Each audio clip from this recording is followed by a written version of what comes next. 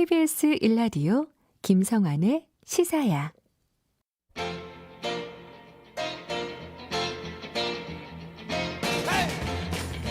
한 주 동안 있었던 뉴스 가운데 조금 더 깊이 들여다봐야 할 이슈를 짚어보는 시간입니다.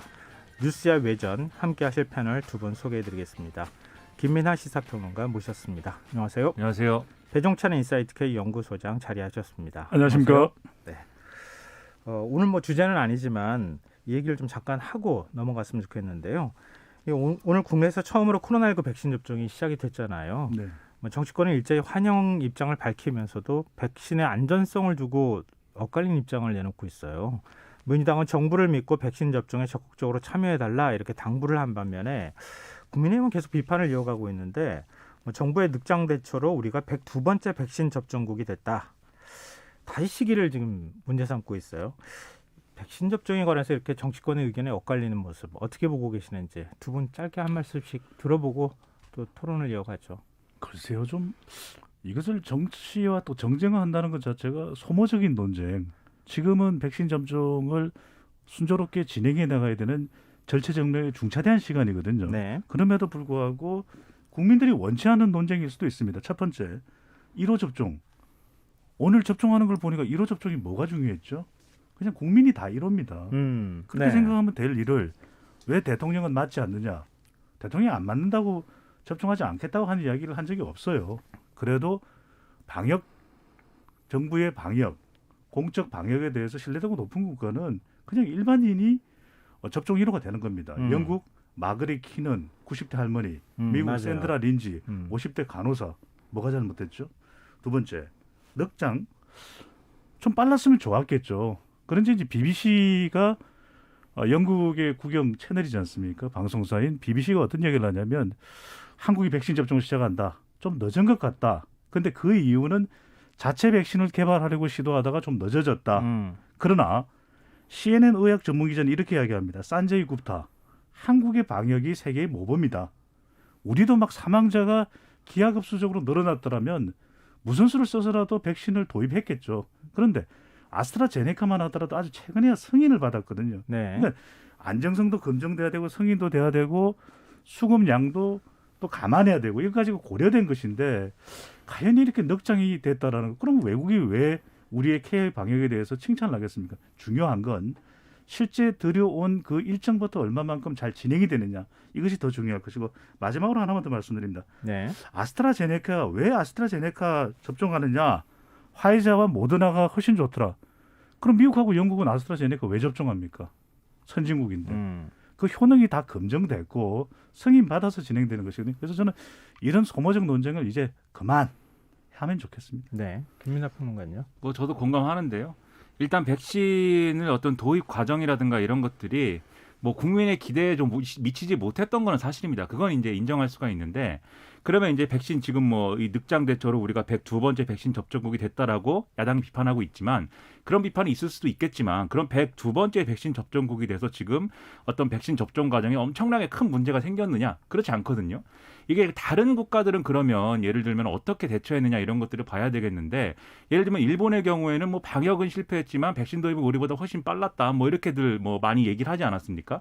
근데 일본도 실질적으로 접종이 시작된 것은 최근입니다. 2월 중순 들어서란 말이죠. 네. 그리고 예를 들면 호주, 뭐 뉴질랜드 이렇게 방역이 그래도 어느 정도 성공적으로 진행된 국가들의 경우에도 백신 접종이 시작된 지는 며칠 안 됐습니다. 네. 그리고 유럽연합의 경우에는 이제 뭐 지난해 말에 시작하긴 했지만 유럽연합은 공동으로 대응을 하고 있고 그리고 이 유럽 국가들이 공동으로 대응하는 과정에서 또 백신 물량이나 이런 것들이 딸려서 지금 계획대로 접종이 안 되고 있는 부분도 있는 거거든요. 그래서 영국이랑 이제 유럽연합이랑 막 싸우기도 하고 백신을 서로 이제 물량이 좀 부족하다 보니까 서로 가져가려고 싸우고 뭐 난리지 않습니까? 네. 이런 상황에서 우리가 뭐 한 열흘 뭐 이렇게 좀 늦어졌다고 해서 다른 국가들보다 한 열흘 늦어졌다고 해서 그게 뭐 엄청나게 큰 뭐 문제가 생긴 것처럼 이제 이 논란을 키우는 것은 오히려 백신에 대한 신뢰도나 이런 것들을 저해시킬 수 있는 그런 논쟁이 되는 거거든요. 실제로 지금 아스트라제네카 백신에 대해서 대부분의 전문가들이 안전하다고 얘기를 합니다. 그리고 외국에서 굉장히 많은 이미 접종자들이 이제 있고 여기서 이제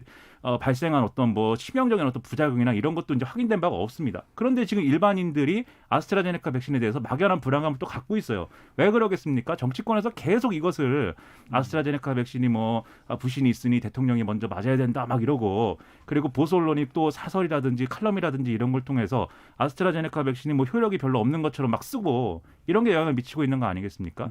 그래서 기왕 이제 백신 접종이 시작이 됐으면 이제는 그 백신에 대한 신뢰도를 어떻게 올릴 것이냐에 대해서 이제는 정치권과 언론이 자기 역할이 뭔지를 찾아야 된다, 이런 생각입니다. 글쎄 평가는 좀 엇갈릴 수 있겠지만 객관적인 상황을 한번 좀 우리가 확인해봤으면 좋겠다 이런 생각이 들었어요. 네. 지금 김민하 평론가 얘기하시면서 12월 말부터 백신 개발국 미국, 영국이 맞기 시작했잖아요. 지금 이제 우리가 3월도 아직 안 됐는데 그 사이에 102개국이 맞았는데 2달 늦었다. 그러면서 지금 비판하고 있는 상황이잖아요. 또 한편으로는 아스트라제네카 백신 같은 경우에는 안전성 문제 제기하면서 뭐 대통령이 먼저 맞아야 되는 것 아니냐 이렇게 얘기를 했었는데 지금은 또 내가 언제 맞을 수 있습니까? 이렇게 얘기하는 게 이게 과연 앞뒤로 맞는 그리고 또, 말인가? 네, 이 그게 사실 좀 의문이 들긴 하네요. 101개, 우리 앞에 있는 101개 국가들 중에는 네. 중국 백신이랑 러시아 백신 맞는 국가들도 있습니다. 그것까지 다 감안을 해서 판단하면 앞으로 백신 수급을 얼마나 안정적으로 또 유지하느냐, 그리고 국내의 접종 일정을 얼마나 이제 좀 계획대로 가져갈 수 있게 하느냐가 중요한 것이지, 지금 이거 백신 누가 먼저 맞았는데 1등 경쟁해가지고는 제가 볼 때는 별로 그렇게 유효하지 않은 걸 가지고 우리가 크게 불안을 키우고 있는 결과가 될 수가 있습니다. 또 하나 그 네. BBC가 방송을 했듯이 우리가 자체 백신 기술을 개발하다가 좀 시간이 걸렸다. 여기서 이제 이것도 중요하지만 더 중요한 것은 이번 공급하는 아스트라제네카 백신을 우리 한국의 공장에서 생산하는 겁니다. 그러니까 네. 우리 제약 기술 자체가 세계적이기 때문에 이게 가능한 일이거든요. 그런 만큼 경북 안동에서 생산되는 우리나라에서 만드는 백신이기 때문에 더 믿을 수 있다. 이런 국가가 몇 개나 되겠습니까? 전 세계적으로. 이걸 자꾸 순위를 따져서 102번째니까 무능하다. 그러면 지금 K방역의 이 CNN 의학 전문 기자 산제이 굽타가 왜 극찬을 하는 이유가 그럼 이 사람이 뭐 우리 정부의 로비를 받은 겁니까? 그건 아니지 않습니까? 그러니까 좀 더 냉철하게 따져볼 필요가 있습니다. 근데 이게 백신이 정쟁화되면서 백신에 대한 평가도 사실 엇갈리고 있는 건 맞는 것 같아요. 앞서 말씀하셨던 것처럼 아니 더 빨리 맞으면 좋죠. 근데 현실적인 상황을 고려치 않고 무조건 우리가 1등이 아니어서 이건 잘못한 것이다 이렇게 접근하는 것은 바람직하지 않아 보이고요. 근데 우리가 또 그런 얘기를 하잖아요. 우리 그러니까 코로나19 국면에서 제일 중요하게 많이 거론됐던 얘기가 전문가의 의견이 중요하다. 그렇죠. 이 얘기였었거든요.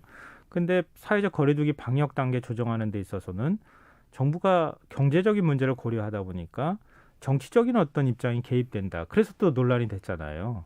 근데 백신 문제 나오니까 이건 전문가의 영역에 좀 더 가까운 부분일 것 같은데 이걸 또 정치 영역으로 끌고 와서 논쟁하는 게 맞는 것인지, 이럴 때는 좀 더 국민들이 전문가의 말을 믿고 좀 방역에 대해서 방역 전체에 대한 어떤 비판적인 시각은 있을 수 있지만 백신에 대해서만큼은 좀 전문가의 의견을 우리가 신뢰하는 게 필요하지 않을까, 그런 생각도 한편으로 해보게 됩니다.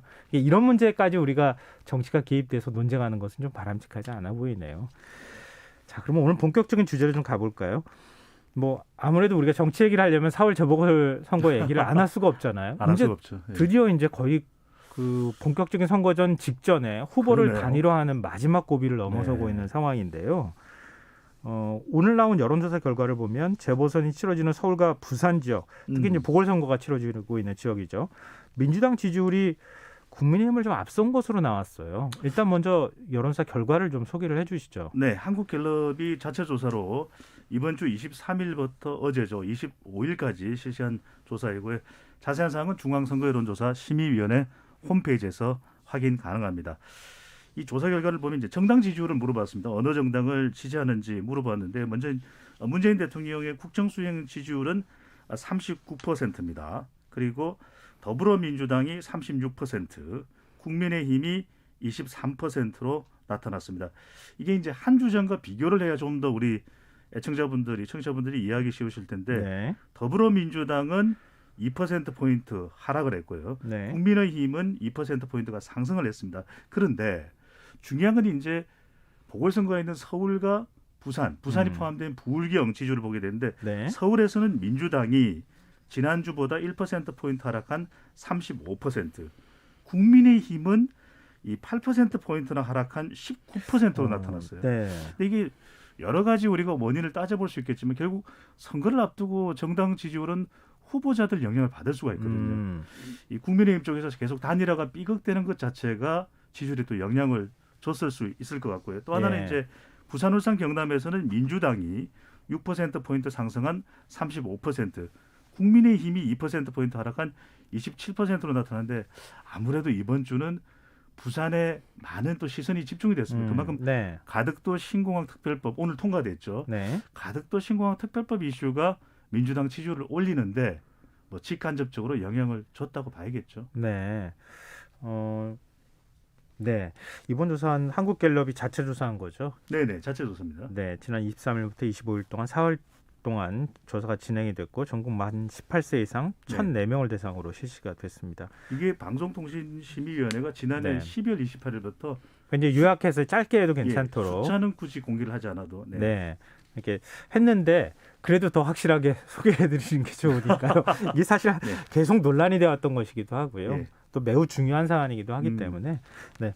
그럼 김민하 평론가는 왜 여론조사 결과가 사실 이렇게까지 이렇게 한 8%포인트나 6%포인트가 이렇게 올라가거나 내려가거나 이렇게 나오는 거는 여론조사 결과가 한번 튀었다 이런 표현도 쓰잖아요. 네. 과연 이게 여론사에 포집이 잘 안 되거나 아니면 더 많이 지나치게 과잉 대표된 경향이 나타나서인지 아니면 이게 추세상으로 어떤 전국의 흐름과 맞물려서 크게 움직일 만한 요인들이 있었는지 이거에 대한 분석이 좀 필요할 것 같아요. 네, 추가적인 분석이 필요합니다. 그래서 이제 추세를 봐야 될 거예요. 왜냐하면 한국갤럽의 자체 조사지만 이제 1,000명 남짓한 정도의 숫자이기 때문에 지역별로 분류를 하면 뭐 서울 한 200여 명, 또 부산, 울산, 경남을 포함하더라도 부산만 빼면 뭐 8, 90여 명 정도 되거든요. 네. 그러니까 이것만으로는 충분하지가 않을 겁니다.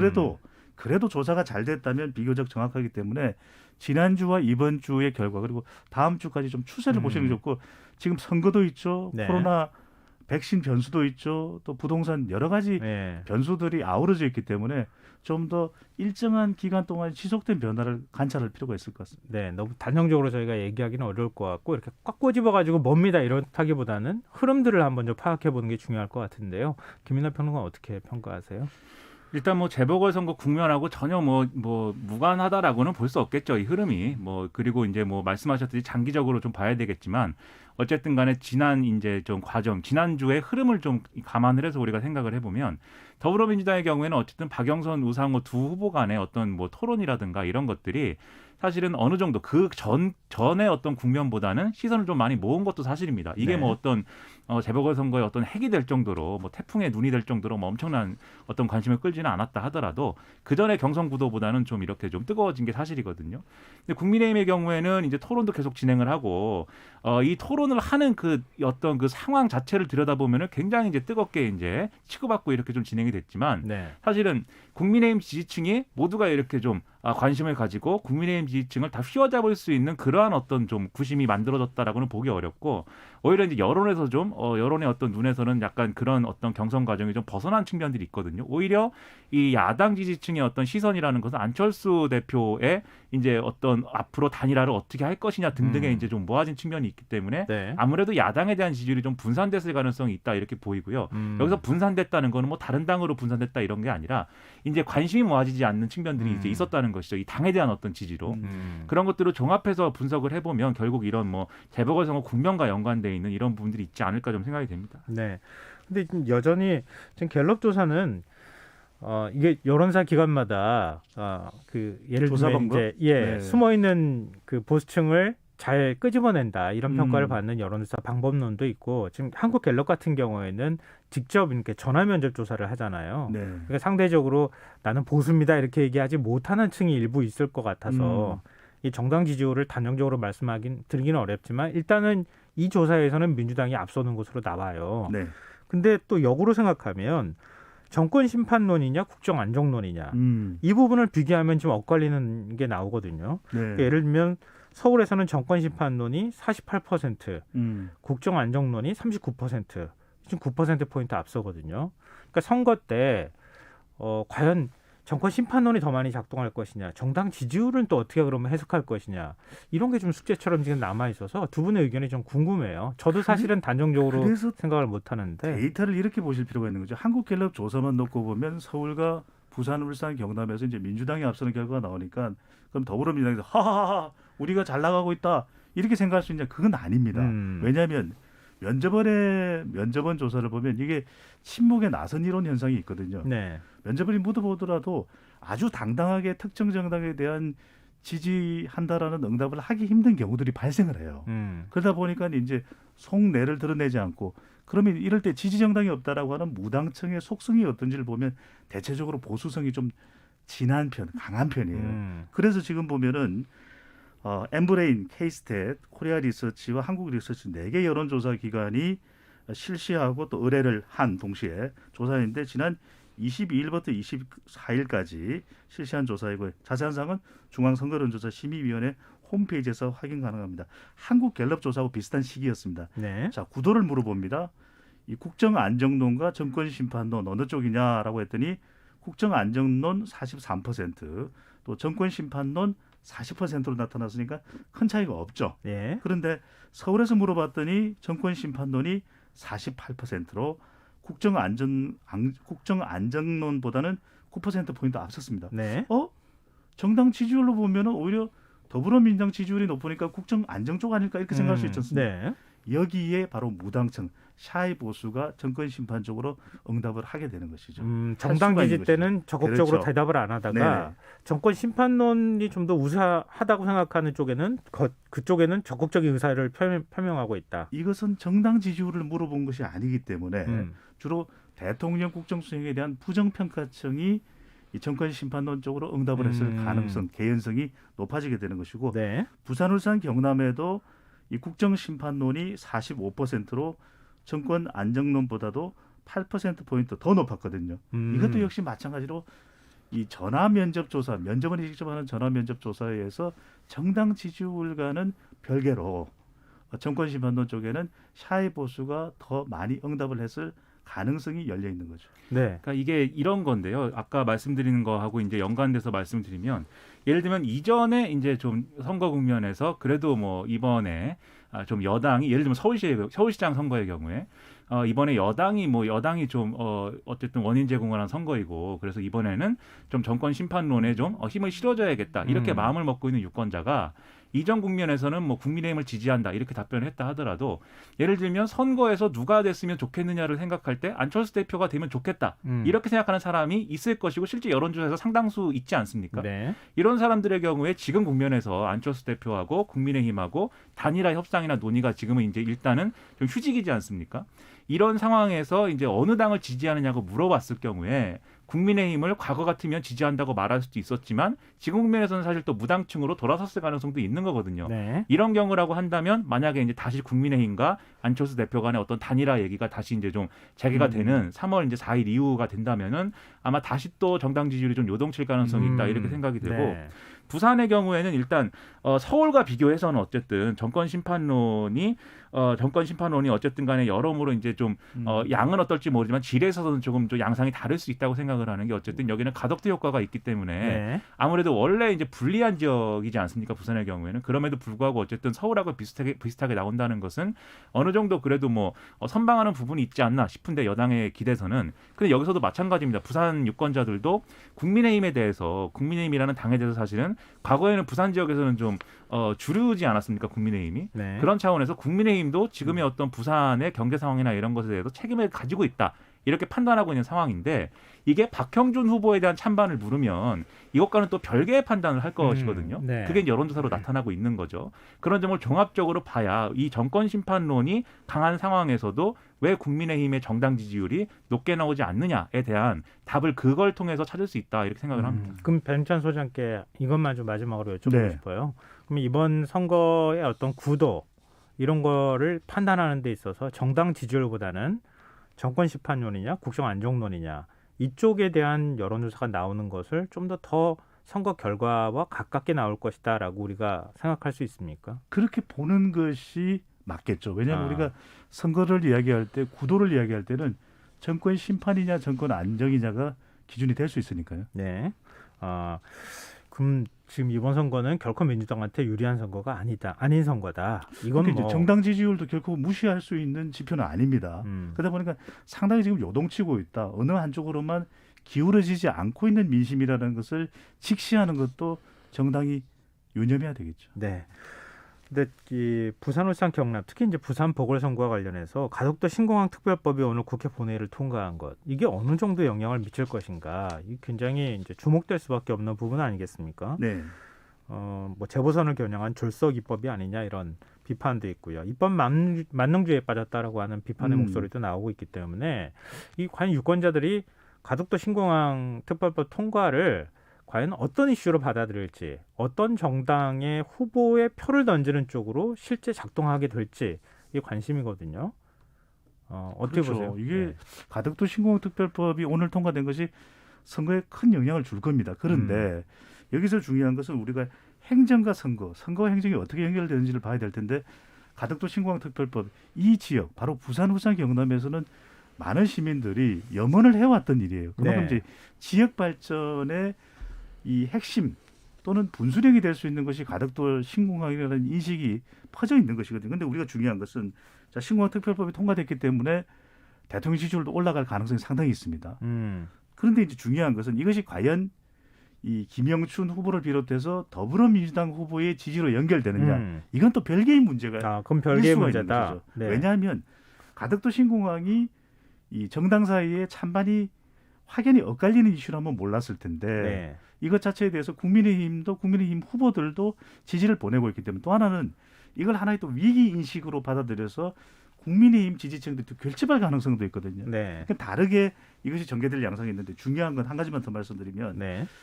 결국 정책이라는 것은 관심도입니다. 그만큼 부산에서는 염원해왔던 일, 뭐 20여 년 전부터 그래서 김해 신공항이라고 하는 우여곡절을 폐지하는 우여곡절을 겪으면서 이제 가덕도 신공항 특별법이 통과됐는데 자, 정책은 관심도 그다음에 실효성입니다. 실효성이 있기 위해서는 걸거부스럼을 만들면 안 되는 겁니다. 무슨 이야기냐? 이 예비 타당성 조사 예타라고 하죠. 네. 이게 이제 기획재정부 장관이 주체가 돼서 면제가 됐습니다. 그러면 앞으로 이 공사가 제대로 진행되지 않으면 상당한 분란도 예상될 수 있는 대목이거든요. 그런 만큼 보다 더 국무회의 등에서 철저한 검증을 통해서 명분을 쌓아가고 실질적인 효과를 거둘 수 있는 공사가 되도록 해야 되는 마지막은 네. 시급성입니다. 28조 적게는 이제 김경수 지사가 어제 문재인 대통령과 함께 이제 배를 타고서 설명을 하는 과정에서 나온 7조 정도 이상 조금만 되면 가능할 것이다라는 이야기처럼 이 공사가 그만큼 부산, 경남 또 울산 지역에 시급하다는 것에 대한 분명한 근거를 마련해야 되겠죠. 네. 공사라는 거는 뭐 시작해야 사실은 전체 비용이 뭐 그 공사가 끝나야 이제 전체 비용이 나오는 거여서 네. 사실 지금 비용이나 이런 거를 또 단정적으로 얘기하기가 좀 어렵습니다. 그런데 이 가덕도 신공항을 여기에 만드는 공사가 상당히 어려운 공사라는 건 분명한 사실인 것 같아요. 그 지역의 어떤 상황이나 이런 걸 볼 때.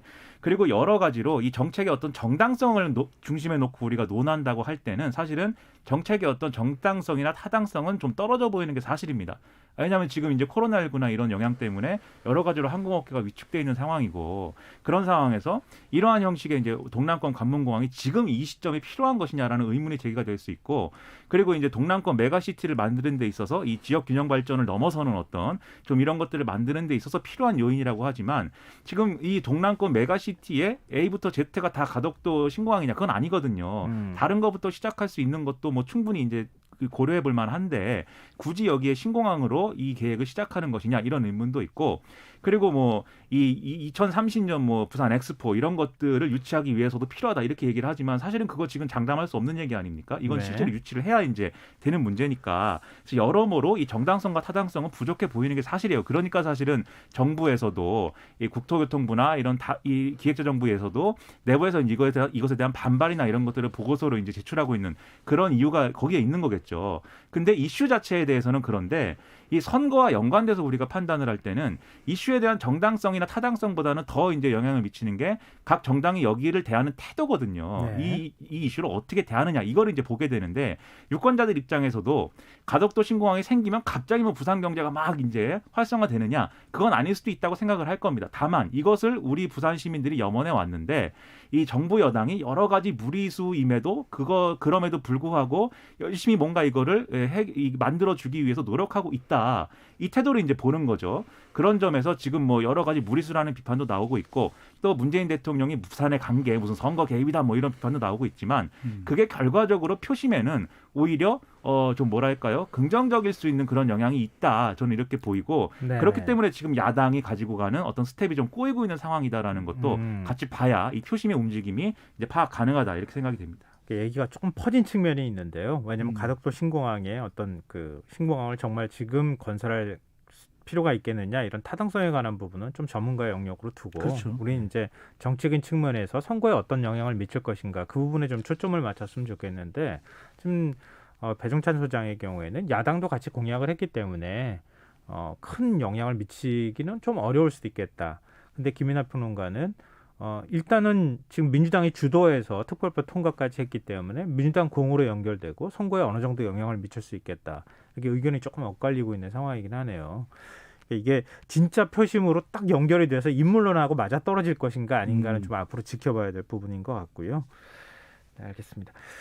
지금 여러분께서는 KBS 라디오 김성환의 시사야를 듣고 계십니다. 뉴스야 외전 김민아 시사평론가 배종찬 인사이트 K 연구소장 두 분 패널과 함께하고 있습니다. 이제 그 후보 간의 경선 구도에 대해서 좀 얘기를 해봤으면 좋겠는데요. 이제 국민의힘 서울시장 예비 후보들 사이에서 경선 룰을 둘러싼 이견이 지금 나타나고 있습니다. 뭐라고 할까요? 지금 일반 여론조사 100%로 하는 거잖아요. 네. 그 100%인데 나경원 후보 쪽에서 좀 문제 제기를 한 부분이 역선택의 가능성 이 부분을 좀 우려하고 있더라고요. 그래서 우리 당 지지층을 먼저 의사를 묻고 그 다음에 투표를 하도록 해야 된다. 그러니까 지지 의사를 표명하도록 해야 된다. 그래야 역선택을 방지할 수 있다. 이렇게 문제 제기를 하고 있거든요. 네. 근데 이 부분에 대해서 어느 정도 이 설득력이 있는 논리인지 그리고 지금 당 공간위에서는 안 된다 이렇게 지금 얘기를 하고 있잖아요. 근데 그 부분에 대한 것들을 어떻게 봐야 되는 것인지. 첫 번째는 이제 규정을 정할 때부터 상당히 또 논란이 됐습니다. 이제 역선택의 문제인데 역선택이라고 하는 것은 더불어민주당 지지층까지 모든 정당의 지지층들을 포함한 시민 여론조사 100%를 통해서 국민의힘 서울시장 보궐선거 최종 후보자를 가려내거든요. 네. 그러다 보니까 더불어민주당 지지층이 판단했을 때 오세훈 후보 또는 나경원 후보 중에서 더 낫다고 더불어민주당 지지층 입장에서 볼 때 네. 우리가 더 쉽게 이길 수 있는 후보를 선택하는 영향을 주지 않겠냐. 이게 바로 이제 역선택이거든요. 그래서 나경원 후보가 최종 후보 결정이 되는 데 있어서 가지고 있는 두 가지 변수는 하나는 이제 여성 가산점, 또 하나는 이제 네. 국민의힘 지지층이죠. 왜 국민의힘 지지층이냐면은 하나는 이제 예비 경선 때도 보면은 당원들의 압도적인 지지를 받았던 것이 나경원 후보였고, 그리고 이 토론회를 하고 난 이후에도 토론회 3승이죠. 모두 네. 이겼습니다. ARS 자동응답 조사를 통해서 당원과 일반 시민들의 의견을 보는데 일반 시민들도 대체적으로 국민의힘 지지층 성격이 강하거든요. 네. 그러다 보니까 여긴 내가 유리하다. 그런데 100% 시민 여론조사 모든 정당 지지층을 포함하면 더불어민주당 지지층에서는 오세훈 후보를 선택할 것 아닌가. 이런 이제 우려를 하는 거죠. 그렇다면 그것은 받아들이기 어렵다라고 하는 이야기고, 또 하나 이제 중도층의 경우에도 중도층도 대체적으로 보면 이제 무당층, 지지 정당이 없다 이런 성격도 오세훈 후보 쪽으로 갈 것 아니냐 이런 이제 우려가 나경원 후보 쪽으로부터 이제 제기가 되고 있는 것이죠. 네. 근데 또 오세훈 후보는 그 얘기를 해요. 지금 시민평가단이 당 서울시당 말씀드렸죠. 서울시당에서 각 지역별로 이렇게 배분하듯이 인원 배분을 했기 때문에 당의 입지나 이런 것들로 봐서 나경원 후보한테 상당히 유리할 수밖에 없는 거다. 영향력으로 보자면 나경원 후보 쪽 사람들이 더 많이 평가단으로 들어가 있을 것이기 때문에 토론하고 난 다음에 내가 진 것으로 자꾸 판단하고 있다. 이렇게 지금 문제 제기를 하고 있거든요. 뭐 자기들 유리한 주장을 하는 거죠. 결론적으로 얘기하면 오세훈 후보 입장에서는 지금 말씀하신 대로 나경원 후보 측이 당내 조직이나 이런 것에서 유리하기 때문에 나경원 후보가 원내대표도 했고 그동안 이제 쭉 주도적인 역할을 해온 부분이 있으니까 당내 조직에서 유리하기 때문에 이제 그런 주장을 하는 것이고, 실제로 이제 토론 평가단이라는 게 사실 이 국민의힘 토론이라는 게 낮에 진행이 됐고 그 낮에 그 토론을 다 보고서는 이 토론을 누가 잘했다라고 판단하고 평가할 수 있는 사람들이란 어떤 사람들이겠는가를 생각을 할 때 오세훈 후보가 주장하는 대로 그것은 이제 뭐 핵심 당원들의 가능성이 이제 높은 것이고 그런 사람들 위주로 구성이 됐다면은 뭐 오세훈 후보에게 다소 불리해 보이는 게 또 사실입니다. 그러니까 이제 이게 불리하다 이렇게 주장을 하는 것이고 나경원 후보의 경우도 이제 마찬가지예요. 역선택이라는 게 사실은 개념의 혼동일 수도 있는 건데 이게 왜냐하면 투표권을 이제 줘서 오픈 프라이머리를 해서 뭐 이렇게 선출하는 과정이다라고 하면은 이게 뭐 얘기가 될 수도 있습니다. 왜냐하면 더불어민주당 지지층이 보다 상대하기 쉬운 후보를 선택하게 만들기 위해서 이렇게 일종의 위장 이 투표권을 가지고 와서 이렇게 자기들이 상대하기 쉬운 후보를 당선시킨다. 이런 개념이 원래는 역선택이거든요. 네. 근데 지금 100% 시민 여론조사를 통해서 이제 오세훈, 나경원 두 사람 간의 이제 우열을 가린다라고 할 때는 예를 들어서 더불어민주당을 지지하는 사람이다 할지라도 실제로 이번 선거에서는 한번 야당을 찍어보고 싶다 이런 사람도 있을 수 있는 거거든요. 그래서 이 후보의 경쟁력을 어떤 잣대를 가지고 경선에 반영할 거냐의 문제인 것이지 역선택이다 아니다 이걸 가지고 논할 것은 아닌데 이 나경원 예비후보의 입장에서는 자기 지지층이 최대한 여론조사에 많이 반영되면 반영될수록 자기에게 유리하니까 이제 이런 주장을 하고 있는 거죠. 그러면 공관위에서 지금 이 경선 룰대로 지금 진행을 하고 있는데 중간에 이런 주장이 막 나온다고 해서 그 경선 룰을 뭐 바꿀 수가 있겠습니까? 다만 이제 마지막 TV 토론에 대해서는 이 평가단을 뭐 이렇게 운영하지 않겠다고 하는데 그것도 이제 오세훈 후보의 주장 때문이 아니라 그 전날과 전전날에 이제 여론조사가 진행되기 때문에 그렇게 운영을 한다는 것이니까 사실 이것은 결국 이제 자기 중심의 어떤 서사를 만들기 위해서 이제 하고 있는 주장이다 이렇게 보이고 뭐 일각에서는 그런 주장도 하는 것 같습니다. 이거 뭐 판을 깨려는 거 아니냐. 왜냐하면 룰을 가지고 얘기를 하니까. 네네. 근데 아무래도 지금 국면은 뭐 그렇게까지 되기는 좀 어렵지 않을까 생각이 되고요. 근데 지금 네. 나경원 후보가 룰상으로는 유리한 건 맞죠. 왜냐하면 여성 가산점을 10%를 그렇죠. 받게 네. 되면은 그러면은 전체 지지 본인이 받은 지지의 10%가 그렇죠. 추가되는 거죠. 그러면 실제로는 한 3에서 5% 포인트 네. 정도를 지금 만약에 오세훈 후보하고 양강 구도가 만들어진다고 하면은 그걸 더 받아갈 가능성이 있는 거 아닙니까? 네. 룰상으로는 나경원 후보한테 더 유리한 룰이 돼 있다. 이거 봐야 되겠네요. 그 국민의힘 내부에서 이렇게 룰싸움이 있는 또 다른 이유가 있습니다. 하나는 이제 더불어민주당은 지지층을 대상으로 해서 여론조사를 실시하거든요. 아니, 더불어민주당도 지지층 하는데 우리는 왜 이렇게 하느냐. 근데 이제 역선택에 대해서 의견이 달라질 수가 있어요. 왜냐하면 역선택이 실제로는 큰 영향을 안 줄 거다. 근데 역선택이 영향을 주려면 이게 우리가 말하고 있던 그 국민의힘 최종 승자를 가려내는 그 조사구나 응답자가 인식할 수 있어야 되거든요. 네네. 근데 워낙 지금 3월 2일, 3월 3일에 이 조사가 실시된다는 것이 워낙 지금 널리 알려져 있기 때문에 전화를 받을 때 그렇게 인식할 가능성도 있어요.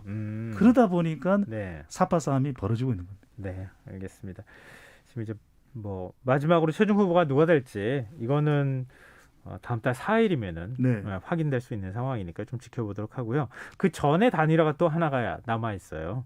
지금 제3지대 단일화 국민의당 안철수 대표와 금태섭 전 의원. 내일부터 이틀 동안 단일 후보를 결정하는 여론조사에 지금 들어갈 예정인데요.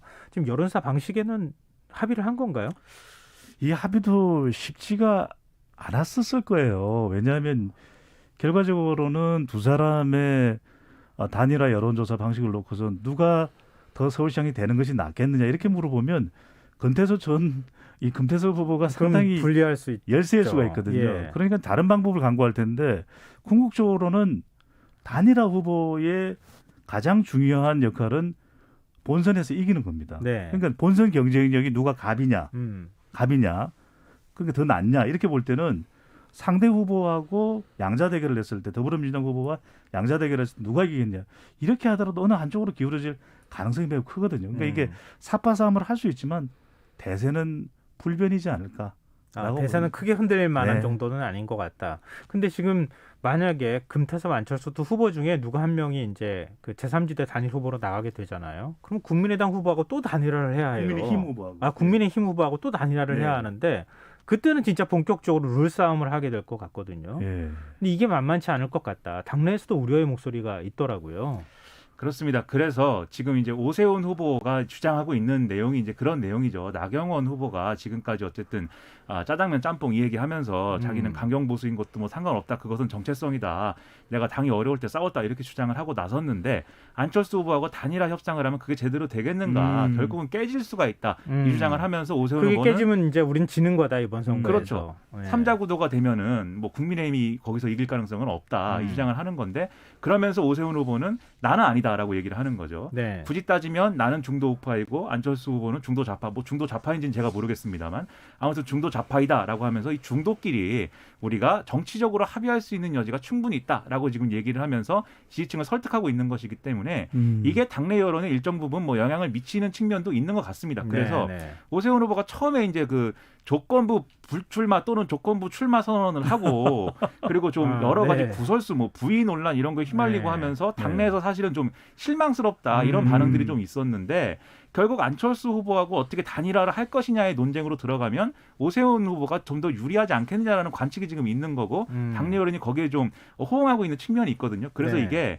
앞서 말씀하신 뭐 룰이 이제 나경원 후보에게 좀 유리하다 이런 측면이 분명히 있지만 지금 좀 장담할 수 없는 국면으로 또 가고 있다. 이 문제 때문에 그렇게 좀 네. 보입니다. 그때도 역시 마찬가지로 경쟁력이냐 적합도냐 후보 적합도냐 이런 부분을 가지고 룰싸움을 하겠죠. 그렇죠. 예. 그러니까 단일화가 됐든 아니면 최종 후보를 가리는 최종 경선이 됐든 제일 중요한 것은 본선에서 누가 이기느냐 이게 가장 중요한 기준이죠. 네, 알겠습니다.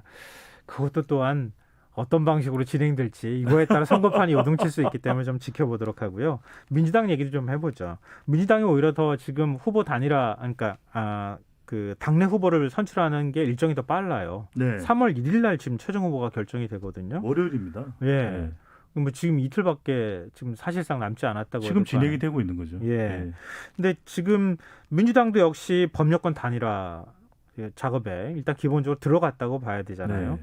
여기는 그런 변수 같은 게 없을까요, 혹시? 아주 큰 변수가 없을 것 같아요. 음. 변수가 있었다면 사실 이 오늘 그리고 이제 내일이죠. 내일과 모레 토일 이제 조사가 실시될 때 이전에 이미 판세 변화가 좀 지각 변동이 일어났어야 되는데 네. 그런 변동을 참 감지하기 쉽지 않습니다. 그렇다면 이제 우상호 후보가 좀 더 약진하는 모습이 좀 조기에 나타났어야 되는데 물론 그렇다고 단정할 수는 없습니다. 지금 진행이 되고 있는 룰이 여기는 권리당원 50에 여론조사 50 이렇게 일반 여론조사 50이니까. 민주당의 핵심은 당다라당 당이거든요. 네. 이 여론조사도 사실상의 당심이라고 본다면 당 떨어지면 당 충전해야 되죠. 누가 당심으로 똘똘 뭉쳐. 근데 더불어민주당 당심이 누구를 선호하겠습니까? 본선에서 이길 수 있는 후보인 거죠. 예. 예. 그러니까 권리당원이면 특히 그 부분을 더 신경 쓸 것이다. 그럼요. 예. 김민하 평론가 어떻게 보세요? 저도 뭐 동의하는데요. 여당이 이번에 이제 서울시장 선거를 지는 거 상상하고 싶지 않습니다. 지금 상황에.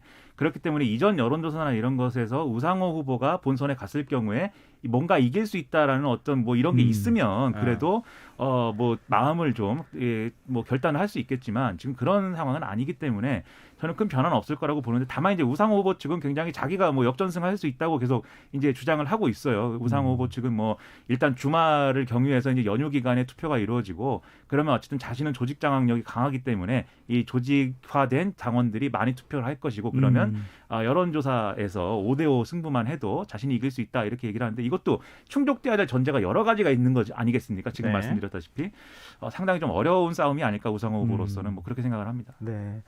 앞서 이제 법여권 단일화는 무난하게 될 것이다 이렇게 말씀하셨는데 열린민주당 김진애 후보는 사실 어차피 민주당 그 국회의원도 했기 때문에 네. 그렇다 치더라도 시대전환 조정원 후보는 조금 다를 수도 있지 않을까 하는 생각도 들거든요. 글쎄 근데 이제 법여권에서 민주당을 제외한 당의 영향력이 얼마나 되느냐 사실 좀 냉정하게 말씀드리면 미미하거든요. 네. 그 영향력이 선거의 최종 결과를 좌우할 정도라면 중요하고 민감하겠지만 그럴 정도의 영향력이 이 소수 정당은 법여권 내에서 가지고 있지 않은 것 아닌가라고 분석할 수가 있겠죠. 네. 마지막으로 시간이 이제 거의 남지 않았는데요. 좀 그 짧게 말씀을 좀 부탁드리고 싶은데 앞으로 남은 변수 있다면 가장 큰 변수가 뭐다? 짧게 한 말씀씩 좀 해주시죠. 혹시 뭐 앞으로 남은 변수랄 게 사실은 별로 없다고 생각을 하기 때문에 네. 답을 하기가 뭐합니다만 어쨌든 여전히 이제 남아 있는 변수라는 것은 뭐 안철수 대표의 지지율이 어떻게 될 것이냐 그리고 국민의힘에서 누가 선출될 것이냐에 따라서 단일화 협상이 어떻게 될 것이냐 뭐 이런 것들이 이제 남은 변수인데 네. 사실 좀 아쉬운 부분은 이 모든 게 이렇게 단일화와 각 후보 간의 유불리 그리고 정책 공약이라고 하면 부동산하고 개발 이렇게만 딱 가지고 지금 선거를 하는 상황이거든요. 네. 여기서 사실은 좀 더 시간이 남았다면 어떤 후보가 정말 유권자들의 마음을 건드릴 수 있는 시대 정신을 꺼내느냐가 주요 변수가 될 수 있을 거라고 저는 얘기하고 싶은데 그러기에는 좀 시간이 많이 남지 않은 것 같다는 생각입니다. 네.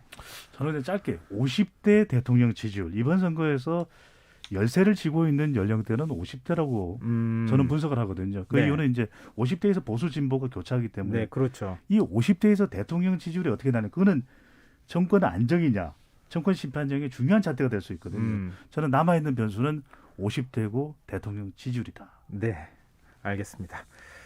이게 뭐 선거라는 게 진짜 마지막 투표하면 열어봐야 하는 거니까요. 네. 더 좀 중요한 더 변수는 얘기하도록 있죠. 하죠. 더 중요한 변수는 시사야. 네, 알겠습니다. 오늘 뉴스야 배전 여기서 마무리해야겠습니다. 지금까지 김민하 시사평론가, 배종찬 인사이트 K 연구소장 두 분과 함께했습니다. 고맙습니다. 고맙습니다. 감사합니다.